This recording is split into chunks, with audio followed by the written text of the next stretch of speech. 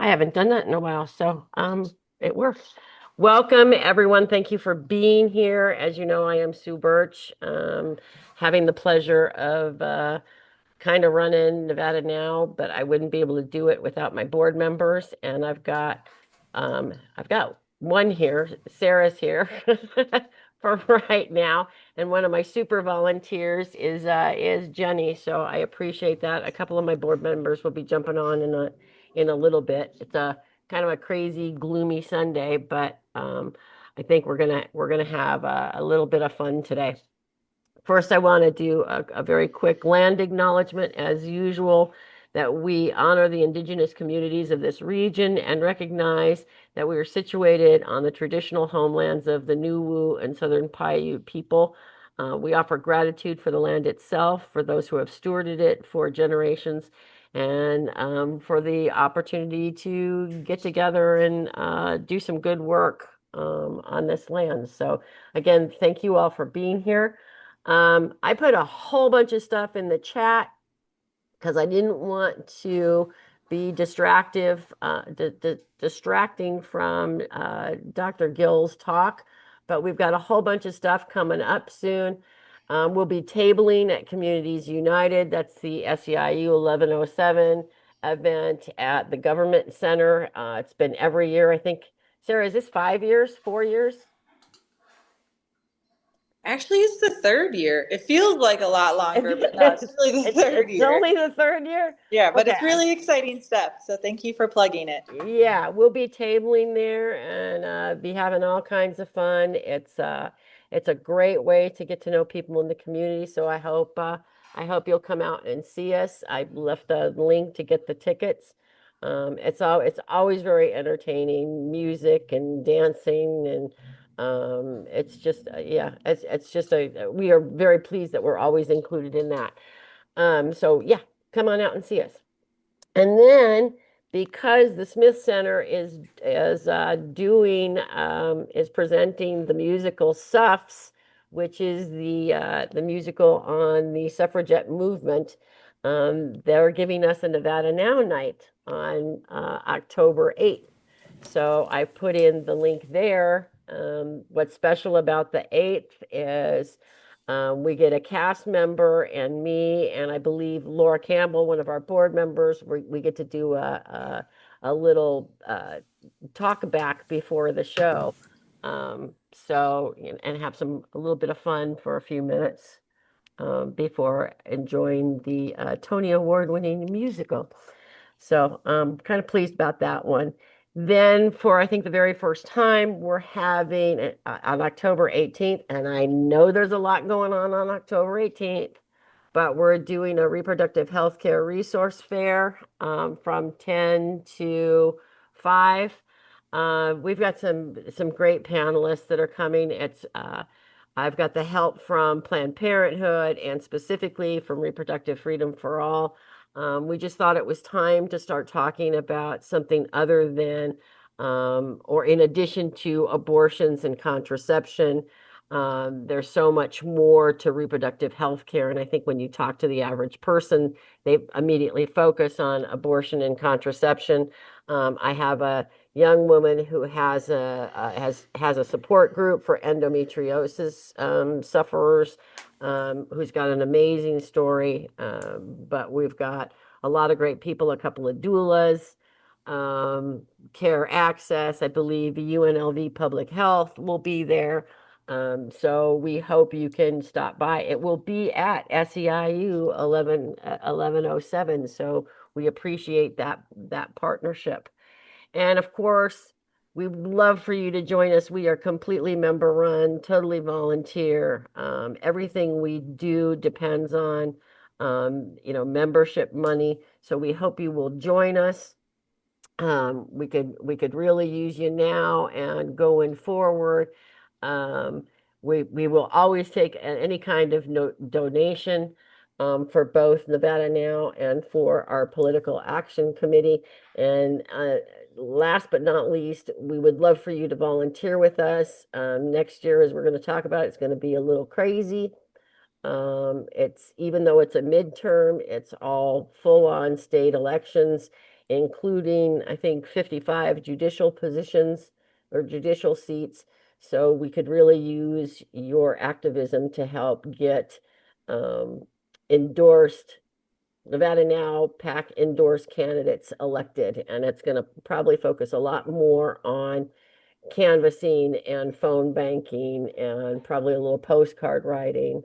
Because money is money, and we don't necessarily have it like we did in 2024. So we hope you'll come and join us in some way, shape, or form, and if nothing else, come see us on October 4th at Communities United. So with that, I'm going to turn it over to Dr. Rebecca Gill, who is, I know her by reputation. I've seen her speak a couple of times. We will have a question and answer time at some point, but I think I mentioned to a few people, I was at the NAACP Tri-State uh, conference yesterday, and we were talking about voting. And quite frankly, the time to start talking about voting and making plans is now. Um, I think we need to know how important our state elections are, not only the top of the state and yes, Assembly and Senate, but also the judicial candidates and how to talk to them. That's probably the most difficult thing. So without further ado, I'm going to turn it over to Dr. Rebecca Gill. So, Okay, so it might just be that I shared my screen. Does it look like people can see it? yeah. Okay, good. It looks really awkward to me on my end, so I'll just wanted to make sure that it looks right. Okay, so I am Rebecca Gill. I am a professor of political science at UNLV, and my areas of focus for my research are American politics, women in politics, and the politics of the courts. So I'm going to try to wrap all of my research interests into a little chat today about sort of what we're facing and what we can do from where we sit. So let me make sure that I can get this to work. This seems like it should advance my slides. Okay, maybe I need to do that. Okay, all right, there we go. So I suppose I could just put my hands up and look around and say, this is the situation we find ourselves in, right? We can look at the news any time of any day and there will be some new fresh hell waiting for us there. And a lot of the source of what is happening here is a really big change in the way that the federal government is operating. So this isn't just a matter of having a Republican administration in the White House and Republicans dominating the federal Congress, but this is something different even from the last Trump administration. And what we are seeing is a wholesale rethinking of the relationship between the federal government and the states, and indeed among the branches of the federal government. So it's not terribly surprising. Over time, the federal government has accrued a lot of power versus the states. And that's not necessarily a bad thing. But when the federal government stops playing by the rules that we've all become accustomed to it following, what is left for states to do about this? That's kind of how I'm going to focus my remarks today. As individuals, there's some that we can do. We could vote, which is good. We can protest, we can organize, we can lobby. There might be some kind of direct democracy type things we can do. But I want to focus on what our state government officials can actually do. And this is sort of my way of giving folks a sense of what the stakes are. So I first want to talk about sort of what our tools are. And I'm going to talk about this mostly in terms of the different roles in the state government and what kinds of things those different actors might be able to do to help push back on some of this incursion into individual rights and into state sovereignty, among other things. So I'll talk about the tools. These include things like legislation, executive action at the state level, as well as the ability to band together with other states and participate in litigation. Now, we also have the opportunity to use their tools to become our tools. So there are a few things that have been developed, particularly by the conservative legal movement, that may actually be quite useful in the attempt to resist some of this consolidation of executive power. Now, I will caution, this is not a completely happy story, because there are a lot of pieces that the conservative legal movement has put in place that work against this as well. I also want to talk about, specifically what our state leaders can do, what their role is. And then I'll finish by talking about who we elect, why it matters, and how we can think about making decisions about who we want to put into office.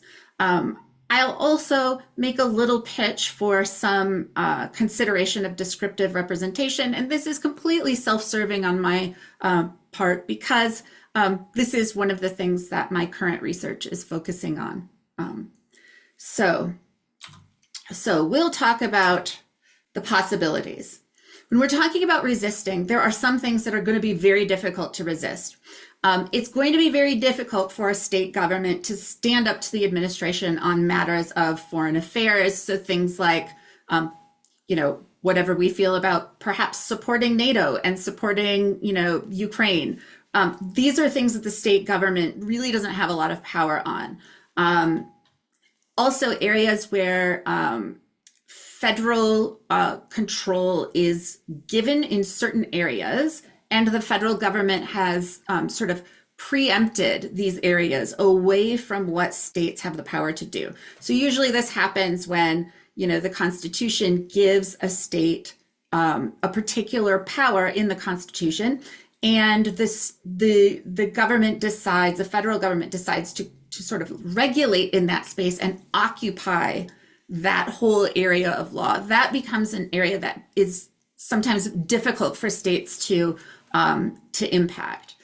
And so if we had something like truly sanctuary state type laws, that could fall into this kind of category. Although what we tend to shorthand as sanctuary cities probably doesn't fall into this. And I'll talk a little bit about that as we go. We also, the state can't negotiate treaties unilaterally, right? We can't declare wars or truces or anything like that. So these things are off the table. And also things that are a little closer to home can be off the table as well. So we can't refuse to send income tax money to the federal government. There's not really a mechanism to do that on a state-by-state basis. But there's still a lot that states can do to push back. So I'm going to talk about each of these kind of major government institutions here within the state, one at a time. So first, let's talk about the role of the governor. Now, governors can refuse to cooperate with the feds. They can't do this all the time, right? But they could certainly put roadblocks in the way. And we have seen some of this happening already with the governors of California and, Governor Pritzker of Illinois, really pushing back strongly against proposals to deploy the military and or the National Guard into the cities in these states. It is still in the middle of sort of court battles, talking about the situation in California, but this is certainly something that seems to have had an impact on the decision-making of the federal government. We had heard, kind of these big plans to imminently send these folks into the city of Chicago. That appears to have fallen a little bit farther down the priority list of the administration, while they seem to be turning their attention to places with governors who are willing to comply and invite this into their states. The governor can also instruct agencies on how to interpret state laws in ways that define the scope of their cooperation with federal goals. So things like, policies and understandings of laws that might, help to keep students safe from ICE while they're at school and things like this. These are things that through executive orders, the governor can kind of set the tone for other government actors, particularly in the executive branch. And the governor can also cooperate with his friends. The governor can join multi-state efforts to get around certain federal policy decisions. We've seen this with the West Coast Health Alliance, which is, kind of emerging as this alternative to whatever it is that Health and Human Services is doing right now. So, these kind of undermining some of the, vaccine scheduling and that sort of thing. Governors can help to commit their states to these sorts of efforts. This is particularly important for smaller states because it allows us to pool our efforts with other states so that we don't have to try to replicate on our own what the federal government is able to do. And of course, the governor can make or break some of the efforts of the legislature to resist some of this movement. And speaking of which, we have a legislature, right? And where the federal government doesn't explicitly have power, state legislatures can obviously pass laws. And one of the key things that's useful for our purposes here is that the states can provide more protections for individual rights than what is provided by federal law or the federal Constitution. So this might include things like anti-discrimination laws, although the Supreme Court has sort of cut this off at the pass a little bit in this recent term by declaring certain types of anti-discrimination processes and procedures to be unconstitutional under the federal Constitution. But certainly we've seen this work in terms of protecting access to abortion, perhaps to gender-affirming care, this sort of thing, right? The legislature can also use its very boring sounding power to regulate business in ways that are creative, and that could be helpful. Things like providing more protections for workers.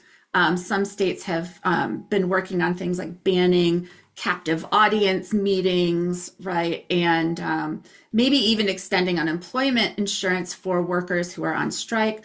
The Center for American Progress, just the last couple of days, put out a very interesting report with a strategy proposal that because states are the ones who regulate business licensing, that states actually could use this power to essentially regulate the power of companies to spend money in campaigns, thereby chipping away at what underlies the Citizens United decision that has ended up with all of this money in our elections. This is, of course, a collective action problem, and so Nevada can't unilaterally make this problem go away because Nevada can't regulate all of the businesses, just Nevada businesses, right?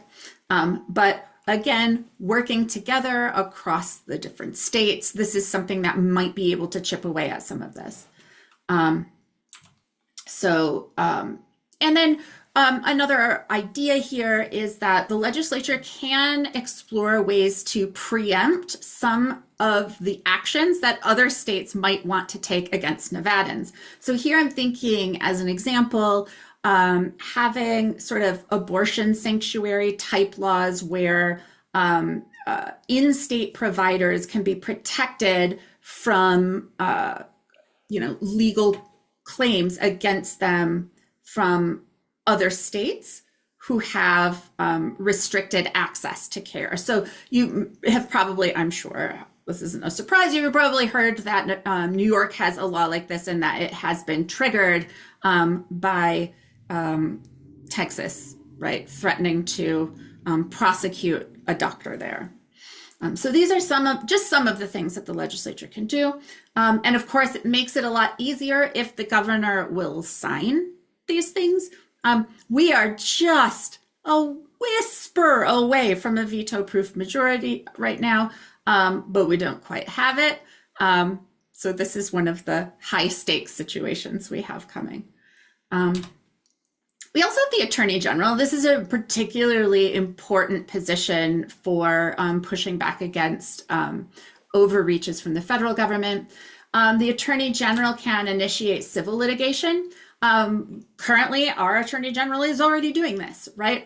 Challenging the imposition of like immigration-related conditions on us getting the money from our Victims of Crime Act grants, defunding of Planned Parenthood, this sort of thing. And also, the Attorney General can join litigation that other states are undertaking.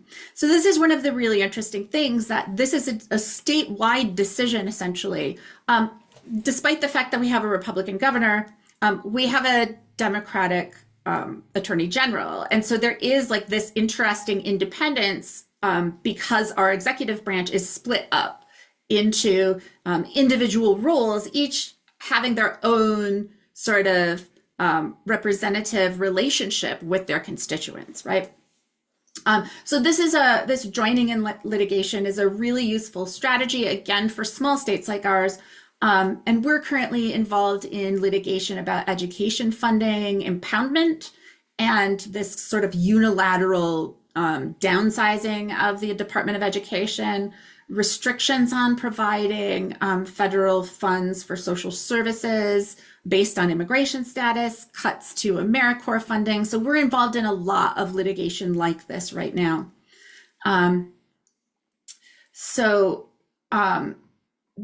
There are some areas where states might be able to investigate and, where appropriate, prosecute people adjacent to the administration or other sort of federal officers for violating criminal laws in the state. This is actually kind of limited because of a whole number of, sort of judicial decisions from the federal government, as well as, kind of a complex web of laws. But it is more clear in the case where the individual is acting outside of the sort of role of their position. So I'm thinking, as an example, you might remember Mark Meadows, who was the White House Chief of Staff in Trump 1, who was assisting with the Stop the Steal kind of stuff. And he was indicted in state court and attempted to move his case to federal court, where then it would be sort of, dismissed, because he was saying, no, this was all part of the job of the chief of staff. But that didn't fly. And so the federal court said, no, thanks, you can send it back to the state courts. So there are situations where criminal prosecutions might also dampen some of the activity. On-the-job actions are much, much harder to address this way. It's not impossible, but it's much, much harder. However, on the other side of that, this is pretty much the only avenue that there is to deal with issues of public corruption and those sorts of things, because it's pretty clear, even as recently as last night, we've got a sneak peek at what appears to have been intended as a direct message from President Trump to Attorney General Pam Bondi, that he accidentally maybe posted to everybody saying, like, you need to get on this and prosecute my enemies. Yeah. And the other news that we got about the border czar and the bribery case that was developed against him that was dropped when Trump took office. So there is definitely, an inability right now of the federal Department of Justice or an unwillingness, I suppose, to actually look into these kinds of things. And so this is a much trickier thing, and it would have to have some, important nexus to what's happening in Nevada. So this isn't a very straightforward one. There are other executive officers that might also have some tools to use. The Secretary of State, for example, can protect against federal intrusion into state election administration. And we've actually seen this happening, particularly in 2020. We had a Republican Secretary of State here who stood very firm in defending Nevada's election system. So refusing access to voter equipment, protecting sensitive voter data, and perhaps working with the Attorney General on lawsuits about these executive orders that are purporting to undo state election law unilaterally. There's also the Treasurer. We're kind of I'm kind of grabbing at straws here a little bit, but there are kind of decisions that could be made about the state's financial investments. Maybe there's something there. The comptroller, one thing the comptroller can do, the comptroller is kind of processing the disbursement of a lot of the funds, particularly federal funds, and can keep an eye out for unconstitutional strings being attached to the use of federal funds, and can coordinate then with the Attorney General to challenge this. And there are other executive and quasi-executive entities that can lay out policies for their agencies to give guidance about how to interpret the law and how to actually, create procedures to try to protect certain constituencies against overreach. So then, what about the courts? Can the courts play a role here? It depends what we mean by the courts. The federal courts have a really big role to play here, including the federal district court here in Nevada. Many of the things that we've discussed so far would be litigated in the federal courts, but there might be a role here for state courts as well. Now, I do want to take a moment to talk about the tools that have been put into place by the conservative legal movement over the last decade or so that might come in handy for people who are interested in pushing back at the state level against federal overreach. One of these is the anti-commandeering doctrine. This is kind of the you can't make me, right? And this is the idea that the federal government can't just pass laws that just demand that state officers do the work of federal officers, right? This doesn't apply to the judiciary, interestingly, because there is a particular language in the Constitution that kind of ropes state judges into deciding cases about federal law. But past that, there are, this is a kind of something that was created largely by conservatives on the court to allow states to decline to become arms of the federal executive branch against their will. So this would be something like, trying to require police to, pick people up on these administrative ICE warrants or something like that. There's also something that's a little bit newer than this, and this is something called the major questions doctrine. And this is kind of the, just a flat, you can't do that. Who told you could do that kind of doctrine? And this is the idea also created largely by conservatives on the court that requires if Congress is going to delegate sort of big powers to the federal executive agencies, that they have to say so explicitly in the law that it can't be sort of implied by these catch-all provisions of legislation. And this can be very helpful because for things like what's happening with tariffs right now. The president has relied on a law that gives him some emergency economic powers, but literally does not mention tariffs at all. And this seems like overhauling the entire economic structure of the country is big. So the power would need to be somewhere in the law that power is delegated specifically to the executive branch. There's also an anti-coercion principle that comes up in the Obamacare case, actually.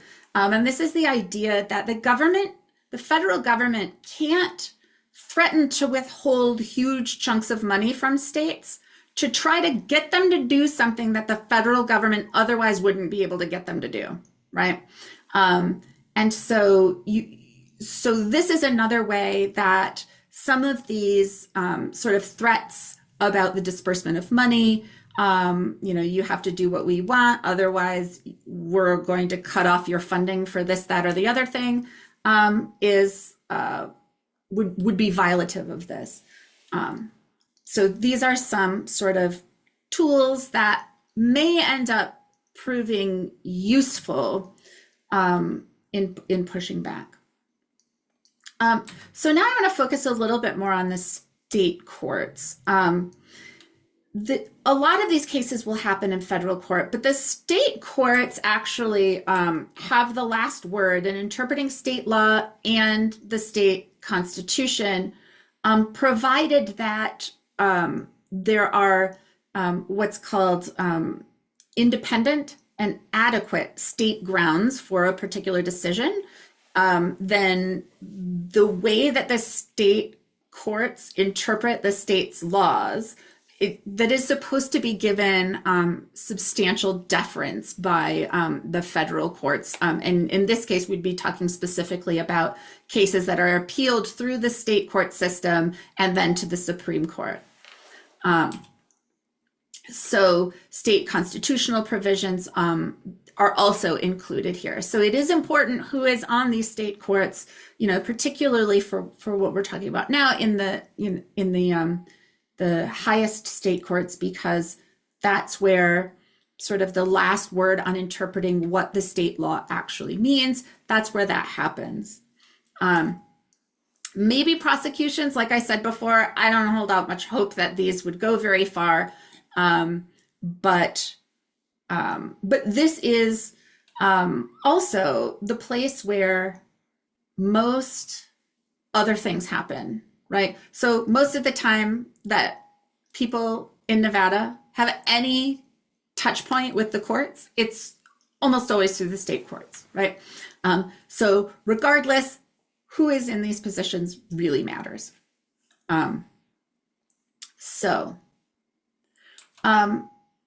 then how do we choose who to put in these positions to give us the best chance of being able to realize some of the potential for some of these strategies?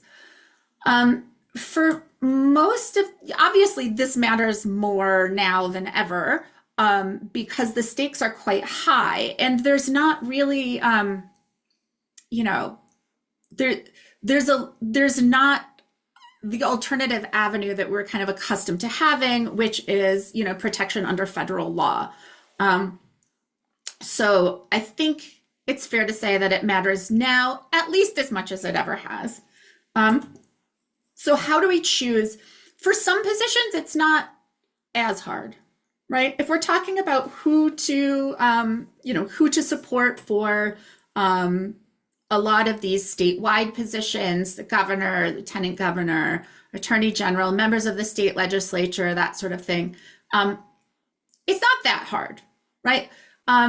These positions have partisan labels attached to them. So in the primary election season, we need to do a little bit of, kind of sniffing around and trying to figure out, where each of the candidates stands on the issues that we care about.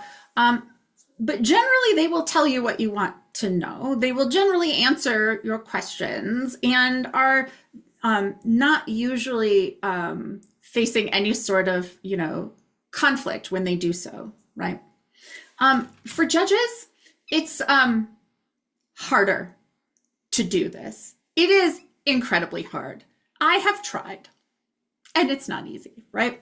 One of the reasons it's not easy is because I am guessing that probably all of you here have either voted for judges in Clark County or tried to, or in another county that has a lot of judgeships. And here in Clark County, we have huge judicial districts, and they are all broken up into individual head-to-head elections. So we end up with pages of people's names with pretty much no context other than this is a person's name and they're running for this position. So it can be a whole lot trickier to do this for judges. Right? So that doesn't mean it's impossible, right? So I want to kind of split this up into trial court judges versus appellate court judges in the state. So for trial court judges, what we should be looking for is less about specific policy positions and more about sort of the nuts and bolts of having the aptitude to be a good judge, right? So this is going to include, considering the amount of experience that the candidate has in court, either arguing cases or deciding cases in some other capacity. This experience is really important because being a trial court judge is hard and it is technical and there are a lot of things to balance, and having some experience really makes that easier. Also, aptitude for legal decision making. It's hard for us as individuals to know this. They probably will not look favorably upon us if we send them like a quiz to test their legal knowledge. And we also don't have like reams and reams of sort of like written judicial opinions from all of these different cases, right? And most of us can't just drop everything and just hang out at the courthouse and pop our heads in and sit through a bunch of trials just to see, right? And so some of this is going to require using proxies, right? Like, other types of experience, and those sorts of things. And similarly with, questions of temperament and communication skills, these things are also very important. Sometimes the newspaper is as good a source as any, and it'll very rarely be highlighting those judges who have great judicial temperament and who are wonderful, lovely choices. But you can sometimes get some hints about maybe people who aren't cut out for it, judges who, fly off the handle, who have big scandals and this sort of thing. It's not a great direct measure, but at least it can help us rule out some people. But I also think that while it's probably not as important to know really specific policy positions on everything, it is a good idea to have a sense of the candidate's general orientation toward the particular job that they would be doing. So the kinds of cases that they're trying, what is their general orientation to what their role is in this process and what kinds of values they are prioritizing. So, so looking for language, if somebody is going to be, handling criminal trials, you'd be interested in, kind of the balance between the kind of tough on crime position versus, something more like fairness or these sorts of things. Maybe in civil courts, looking at how they are positioned relative to sort of big business. And in family courts, looking at, their orientation toward ideas like men's rights ideas, this like theories like parental alienation, those sorts of things, I think can give us a sense of how this person would approach the specific types of cases that they're going to be deciding. So none of this is about like, if there was this particular situation, what would you do? These are more general values that would be helpful to know something about when we're making our choices.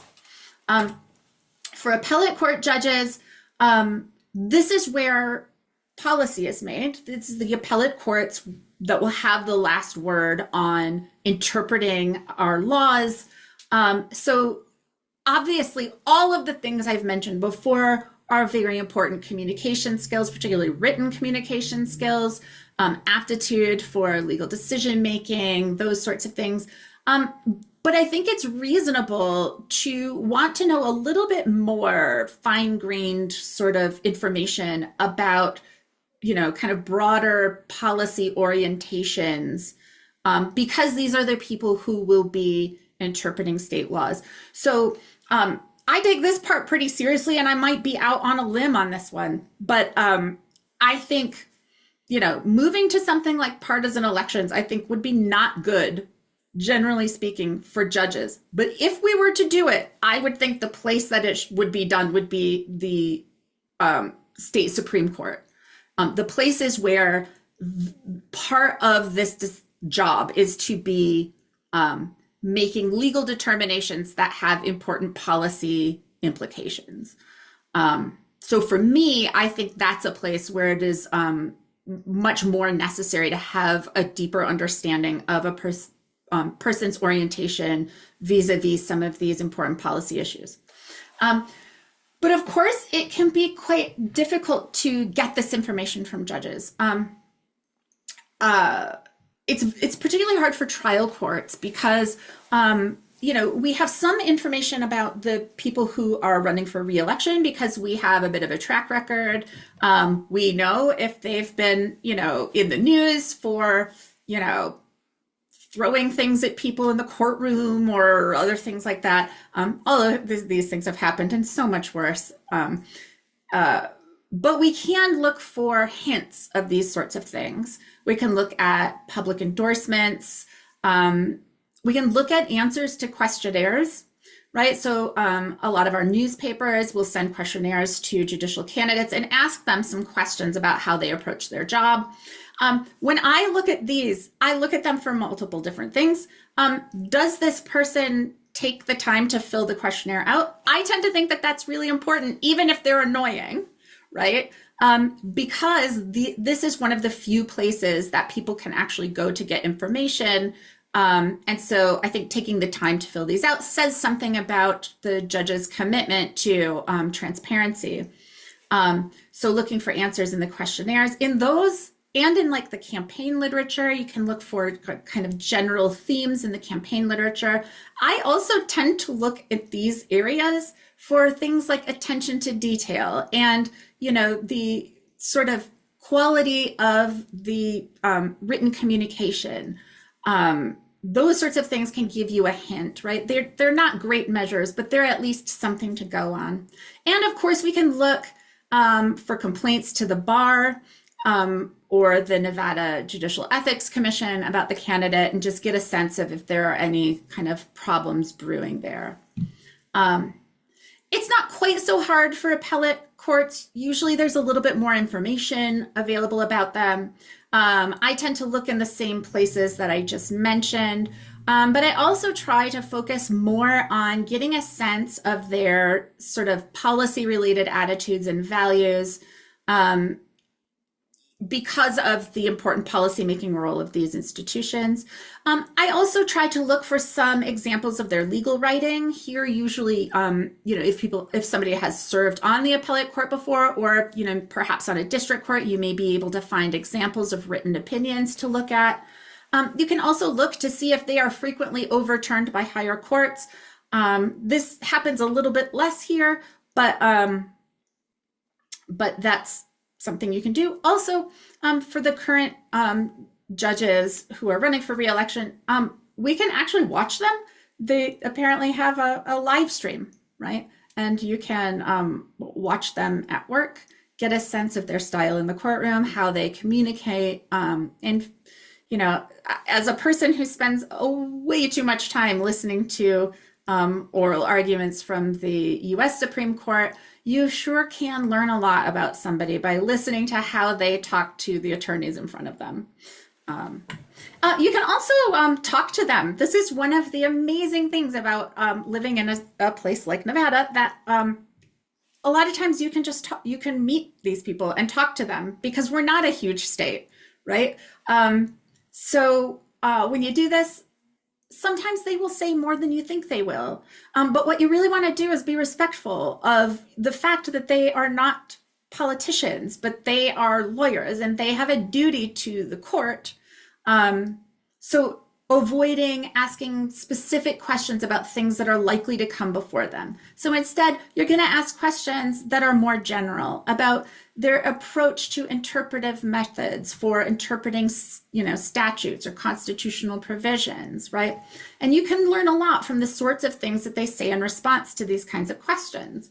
If they are mentioning things like original meaning or textualism or strict constructionism or these sorts of things, that tells you something about where they, the degree to which they will tie any substance of that interpretation to sort of the long ago past, right?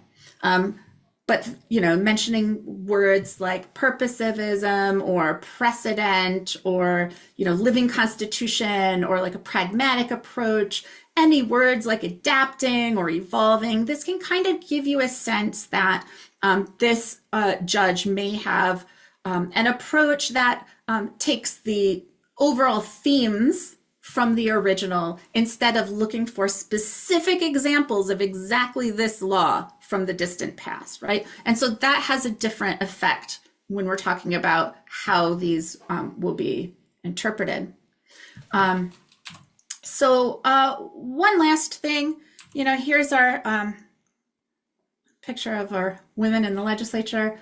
This is the self-serving part, and I'm just going to say like a couple of words about this, but I can answer whatever questions y'all have about this. Obviously we care a lot about the big stuff when we are choosing who to elect. We care about their alignment with our general policy goals. We care about their integrity, their sense of justice, their competence, their ability to communicate well and to be aggressive in the face of, sort of veiled or not threats from the federal government. But we also care about their personal experience, their perspective, their values, right? And so, in terms of demographics, I tend to think that all else equal, it does actually matter when we elect women.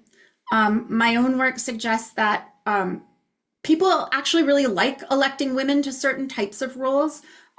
Some of these are state judges and state legislative positions. This is kind of a little bit new because it's based on these kind of evolving ideas of gender stereotypes.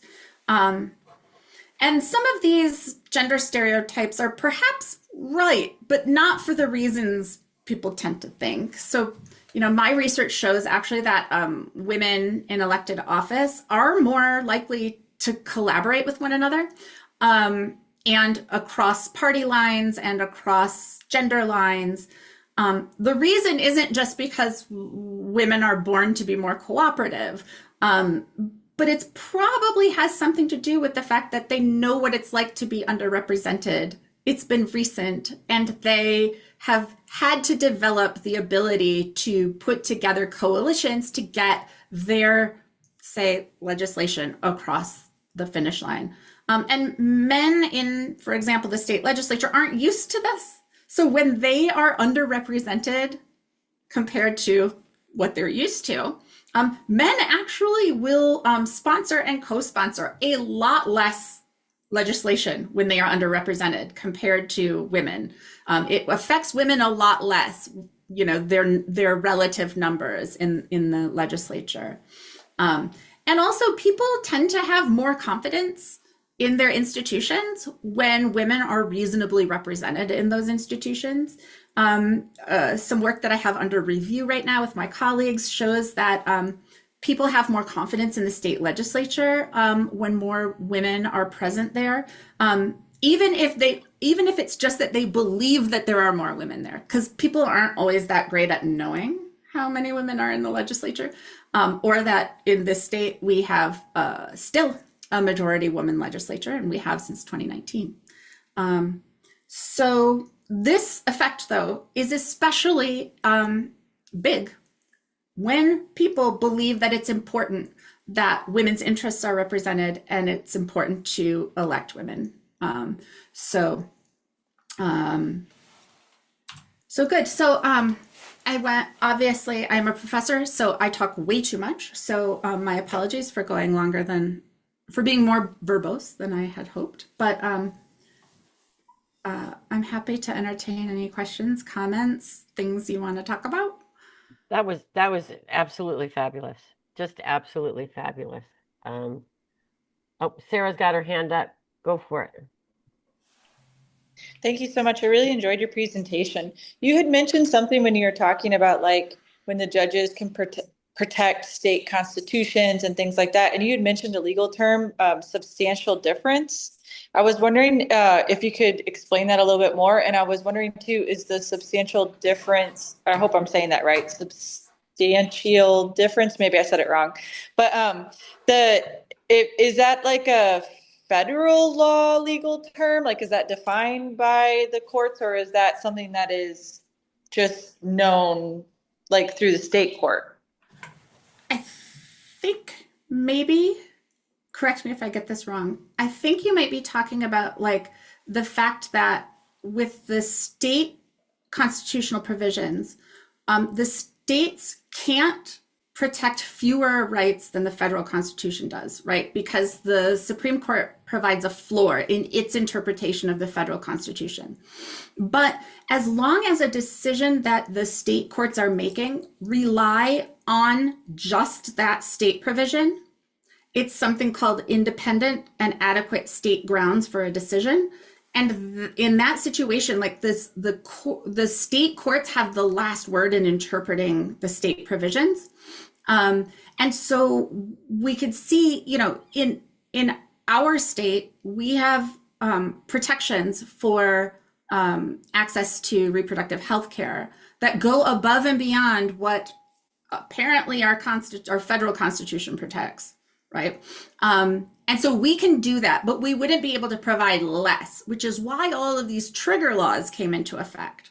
Because, you know, these states could say, you know, we're banning abortion, but it didn't matter when Roe versus Wade was in effect because you couldn't do that under federal constitutional law. But once the Supreme Court decided, just kidding, it doesn't, you know, the federal constitution doesn't do that, then those trigger laws can come into play, right? That kind of sink their protections down to whatever level the Supreme Court leaves the federal protections. Is that what you meant, maybe? I think so. I think I got a better understanding now than what I did 5 minutes ago. So I appreciate it. Yeah. Any other questions? We all good?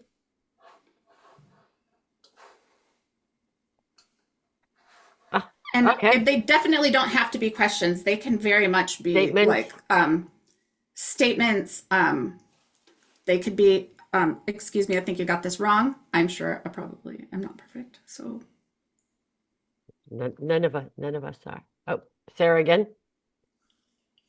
Yeah, how do you combat misinformation now when it comes to all these terms, and like what are things as a professor that you guys can do, or how can we help you educate the youth? it's really hard. Um, and if I had the answer to that, I would be famous, I think. And I'm not famous at all.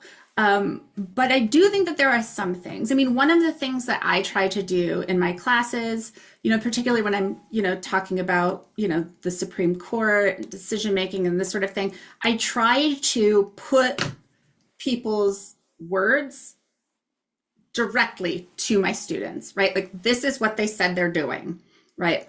But some of the problem is that we're in a situation where we don't agree on really basic facts, and that it's difficult for people like me to keep track of exactly the degree to which certain information silos, it's hard for me to know what they're getting wrong, what information they're not getting. And one of the things that Trump himself is very adept at is this idea that you just put something out there, and if it's loud enough, it will be the last word that anybody will remember on the subject, right? And then, of course, it takes the fact checkers going, wait, that's not true at all. But that never actually gets anywhere, right? Which is one of the reasons why one of Trump's signature moves is saying we just need to announce investigations. The investigations don't actually have to find anything, but it is just we just need to put a cloud over these folks, and that's enough to convince people that they've done something bad, right? So I'm not really sure what the answer is to that, except for doing what we can to get into those spaces.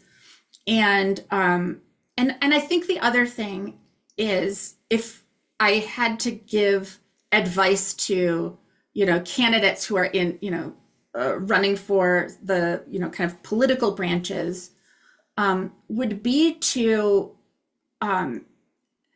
not be like me.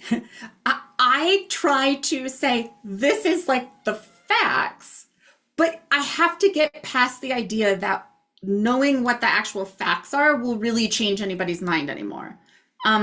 It really has to appeal to something that is personal, something that is emotional, and fortunately or unfortunately, that's getting easier now, right? Because there are so many things that are, basically a step removed from each of us, that we can find something that will demonstrate like what a big deal this is. And that can sometimes be a way to start getting closer to a common understanding of what's actually happening. It's not easy, but I think, but I think the idea that there should be just like a set of talking points that we should harp on, it probably isn't going to work. I think each individual needs to take the thing that sparks the passion that you can see across the room in their face, and that's the one they should talk about, right? Like all of the people running for Congress in all of these different places, they don't have to be reading from the same exact playbook, but they need to be communicating the thing that gets them fired up, the thing that they sound the most authentically worried about and can speak to in terms of, the emotional impact, in terms of really connecting it to the day-to-day feelings that people have, right? So that is a very unsatisfactory answer because I don't really know how to do that. It's okay, you're trying. I am trying. No, that was yeah, look, we absolutely admire you for the position you're in. So, Jenny, I know you have a question. Thank you so much. What a great presentation. And I particularly appreciated just talking about, midterms and a lot of the judicial races and just trying to make educated decisions when I'm casting my vote, because those are obviously important positions and it's not always great information out there. Um, and I'm right there with you, kind of struggling in how to have meaningful conversations. I'm just curious on campus where you teach, are you finding that students want to engage in any kind of discourse, or is it, yeah, what's the vibe that you're seeing day in and day out, if you don't mind me asking? Yeah, so it really depends on which classrooms I am in, right? In my undergraduate classes, the last time I taught undergraduates was in the fall of 24. And that one, I saw just a lot of shell-shocked people. And but I mean, the students at UNLV tend to be incredibly eager, right?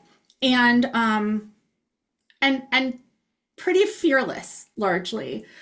So I don't see as much of like being worried about speaking in the classroom. And I saw a lot of, I spent a lot of my time trying to say to them that like none of this is normal. It is not normal that at the end of a semester, I just have to set all of my lecture notes on fire and start completely from scratch next time. Or I have to say, well, we got to this part in the book, but this now doesn't even count because this is all, been preempted by whatever the court did last week. But I do find that they are curious and interested, and they do want to try to have these conversations. And it is difficult to manage because, not all of my students agree on these issues, right? And, there's the added issue of, the worry that somebody is in the classroom surreptitiously recording. I have a policy on my syllabus saying you can't do that. So perhaps I could get them, in trouble with the, student conduct, but that doesn't pull that video back off the internet. And, it's one thing about what I say, maybe, I don't know, I have tenure, so there's that. But what about my students who are in there? What if their faces are shown? So that's really a difficult situation. So I do try to speak in, I try to control my feelings. I try to focus my frustration on the degree to which things are outside of the law, right? I try to focus on like how different this is and, what the consequences of a position like this would be on sort of the development of the law and on kind of the operation of society. But it's, but my graduate students right now are a different variety of terrified. I'm teaching like basically all research methods and statistics in the graduate program right now. And I have a lot of international students. And I had to, like, I'm not at a conference I'm supposed to be at right now because I spent a bunch of my whatever travel money I had for going to conferences on hiring some of these students because they couldn't travel out of the country. I had 2 students from Iran, and if they left, they wouldn't be able to come back. So, so there are a lot, it's a lot easier to connect at that level because they are, as a proportion of the people in my classes, a higher proportion of them are actually literally targeted right now and have experience in other, other countries. And so, they have seen our evolution, from afar. So, yeah. Thank you. That's really interesting to hear. And you're doing such great work out there. So thank you for coming and talking to us. Thank you. Thank you. I truly can't thank you enough. had seen Dr. Gill speak a couple of times, never actually met her, and then just emailed her out of the blue, and she went, yes. And I was just absolutely ecstatic. So this was everything I hoped for and more, and just truly, truly appreciate it. Please stay in touch as we progress into crazy time. Um, I'm sure we'll think of something and some reason to have you back. Now, I have the copy of your published paper. I did share it with my board. Is that something that can be public knowledge? Yes, that paper is already published. I Okay. have another one that's under review right now, so I can't really share that one publicly because Well, the reviewers can then figure out yeah. who did. Although in the women in politics field, they kind of are good at figuring out who's writing what. Well, Um, I'm a huge fan. So when that does get published, will you just, shoot me a note and of course. but it is definitely worth reading her paper. I was just looking for someone in political science. I went, oh, I'll go to UNLV, and then it just popped up, and I was like, oh, that's even better. Um, Yes, and I am also happy to answer questions on the fly about stuff that comes up that you're like, can they do that? Is this different? Whatever. Just, oh, reach out to me. You can find me on Blue Sky. I don't Blue do Sky, the yeah. X anymore. I got kicked off of that. Elon kicked me off I'm of that. I'm So going to stop recording on this one.